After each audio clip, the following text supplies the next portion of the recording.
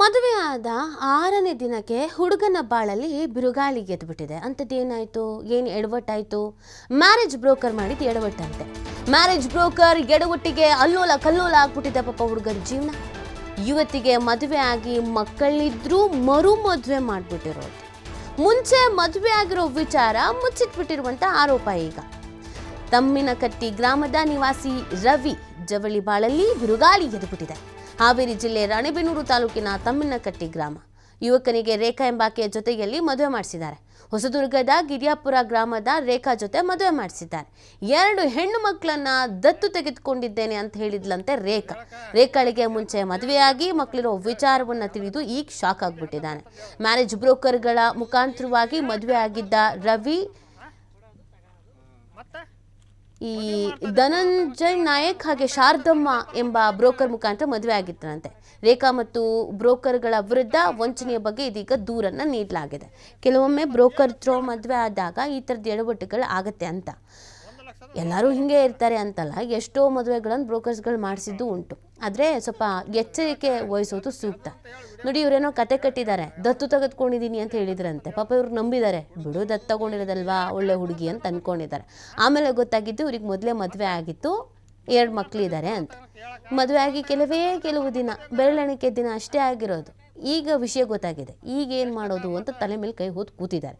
ಸದ್ಯ ಕಂಪ್ಲೇಂಟ್ ಕೊಟ್ಟಿದ್ದಾರೆ, ನಮ್ಗೆ ಮೋಸ ಆಗಿದೆ, ಅನ್ಯಾಯ ಆಗಿದೆ ಅಂತ ಬ್ರೋಕರು ಮತ್ತು ಆ ರೇಖಾ ವಿರುದ್ಧ ದೂರನ್ನು ಕೊಡಲಾಗಿದೆ. ಸರಿ ತಳಕ ಹೇಳಕ್ಕ ಯಾವ್ದಂತ ಹೇಳಿ ವಿಡಿಯೋ ಮಾಡ್ತಾ ಇದ್ದಾನೆ. ಹೇಳಕ್ಕ ಯಾವ್ದ್ರದ್ದು ಅಂತಂದೆ, ಇದು ದುಡ್ಡು ಯಾವ್ದ್ರದ್ದು ಅಂತಂದು ಹೇಳ ಕೊಡ ತಗೊಳೋದು ಅಂತ ಹೇಳಿ ಹೇಳಕ್ಕ ಕೊಡ ತಗೊಳೋದು ಅಂತಂದೆ. ಮತ್ತೆ ಮದುವೆ ಮಾಡ್ತಾ ಇದೀವಿ, ಕೊಡೋದು ತಗೊಳಕ್ಕೆ ಹೇಳಕ್ಕ. ಕೊಡೋ ತಗೊಳೋದು ದನದ ವ್ಯಾಪಾರ ಮಾಡ್ತಾ ಇದೀವಿ ಹಂಗಾರೆ. ಮಾಹಿತಿ ನೀಡ್ತಾರೆ ನಮ್ಮ ಪ್ರತಿನಿಧಿ ಯಲ್ಲಪ್ಪ. ಬ್ರೋಕರ್ ಥ್ರೋ ಮದುವೆ ಮಾಡಿಸ್ಕೊಂಡ್ರು. ಈಗ ನೋಡಿದ್ರೆ ಸತ್ಯ ಏನು ಅಂತ ಗೊತ್ತಾಗಿದೆ. ಮೊದಲೇ ವಿಚಾರಿಸ್ಕೊಂಡಿರ್ಲಿಲ್ವಾ, ಹುಡುಗಿ ಬಗ್ಗೆ ಡೀಟೇಲ್ಸ್ ಗೊತ್ತಿರ್ಲಿಲ್ವಾ, ಈಗೇನು ಹೇಳ್ತಾರೆ?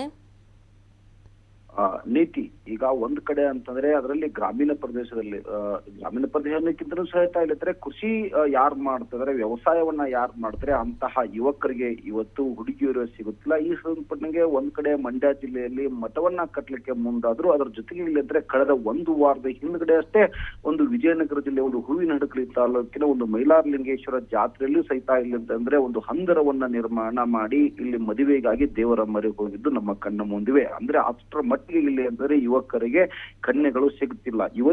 ಮದುವೆ ಮಾಡ್ಲಿಕ್ಕೆ ಯುವತಿಯರು ಸಿಗುತ್ತಿಲ್ಲ, ಹುಡುಗಿಯರು ಸಿಗುತ್ತಿಲ್ಲ ಅಂತೇಳಿ ದೇವರ ಮೊರೆ ಹೋಗ್ತಾರೆ. ಅದ್ರ ಜೊತೆಗೆ ಇಲ್ಲಿ ಅಂದರೆ ಕೃಷಿ ಕೆಲಸಕ್ಕೆ ಯಾರೊಬ್ರು ವ್ಯವಸಾಯ ಯಾರು ಮಾಡ್ತಾರೆ ಅವ್ರಿಗೆ ಇಲ್ಲಿ ಅಂದ್ರೆ ಹುಡುಗಿಯರನ್ನ ಕೊಡ್ಲಿಕ್ಕೆ ಅವರ ಪೋಷಕರು ಹಿಂಜರಿತಾರೆ. ಅಂತಹ ಸಮಯದಲ್ಲಿ ಇಲ್ಲಿ ಅಂದರೆ ಈ ಒಂದು ರವಿ ಜವಳಿ ಎನ್ನುವಂತಹ ಯುವಕ ಹೋಗಿದ್ದು ಒಂದು ಏಜೆಂಟರ ಮೊರೆ. ಏನಾದ್ರೂ ಸಾಕಪ್ಪ, ನನಗೆ ಮದುವೆ ಆದ್ರ ಸಾಕು ಇಲ್ಲಿ ಅಂದ್ರೆ, ಯಾಕಂದ್ರೆ ನನ್ನ ತಂದೆ ತಾಯಿಯನ್ನ ಜೋಪಾನ ಮಾಡ್ಬೇಕು, ನನ್ನ ಕೃಷಿ ವ್ಯವಸಾಯಕ್ಕೆ ಇಲ್ಲಿ ಅಂದ್ರೆ ಸಹಾಯ ಮಾಡ್ಲಿಕ್ಕೆ ಒಂದು ಹುಡುಗಿ ಬೇಕು ಅಂತೇಳಿ ಇಲ್ಲಂದ್ರೆ ಏಜೆಂಟರ ಮೊರೆ ಹೋಗ್ತಾನೆ.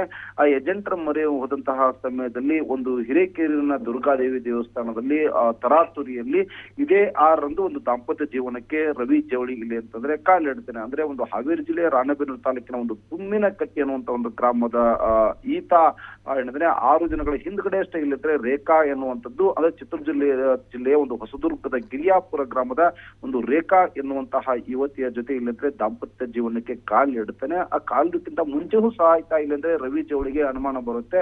ಅನುಮಾನ ಬಂದಾಗ ಇಲ್ಲಿ ಅವ್ರನ್ನು ಇಲ್ಲಿ ಯಾರು ಏಜೆಂಟ್ ಇರ್ತಾರೆ, ಆ ಮಧ್ಯವರ್ತಿಗಳಿಗೆ ಸಂಪರ್ಕ ಮಾಡ್ತಾರೆ. ಯಾರು ಆ 2 ಮಕ್ಕಳು ಅಂತ ಹೇಳಿದಾಗ, ಇಲ್ಲ ಆ 2 ಮಕ್ಕಳನ್ನ ಅವ್ರ ಅನಾಥ ಮಕ್ಕಳು, ಅವರನ್ನ ದತ್ತಕ್ಕೆ ತೆಗೆದುಕೊಂಡಿದ್ದಾಳೆ ರೇಖಾ ಅಂತೇಳಿ ಈತನಿಗೆ ಒಂದು ಮೋಸ ಮಾಡುವಂತಹ ಕೆಲಸವನ್ನ ಮಾಡ್ತಾರೆ.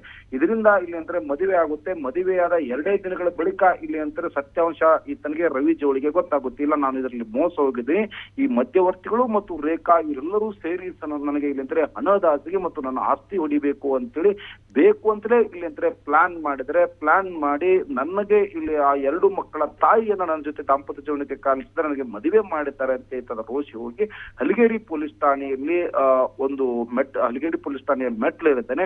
ಯಾರು ಬ್ರೋಕರ್ ಇದಾರೆ, ಧನಂಜಯ್ ನಾಯಕ್ ಮತ್ತು ಶಾರದಮ್ಮ ಅಂತೇಳಿ ಬ್ರೋಕರ್ ಇದಾರೆ, ಆ ಬ್ರೋಕರ್ ಮೂಲಕ ಈತ ಮದುವೆ ಆಗಿದ್ದ.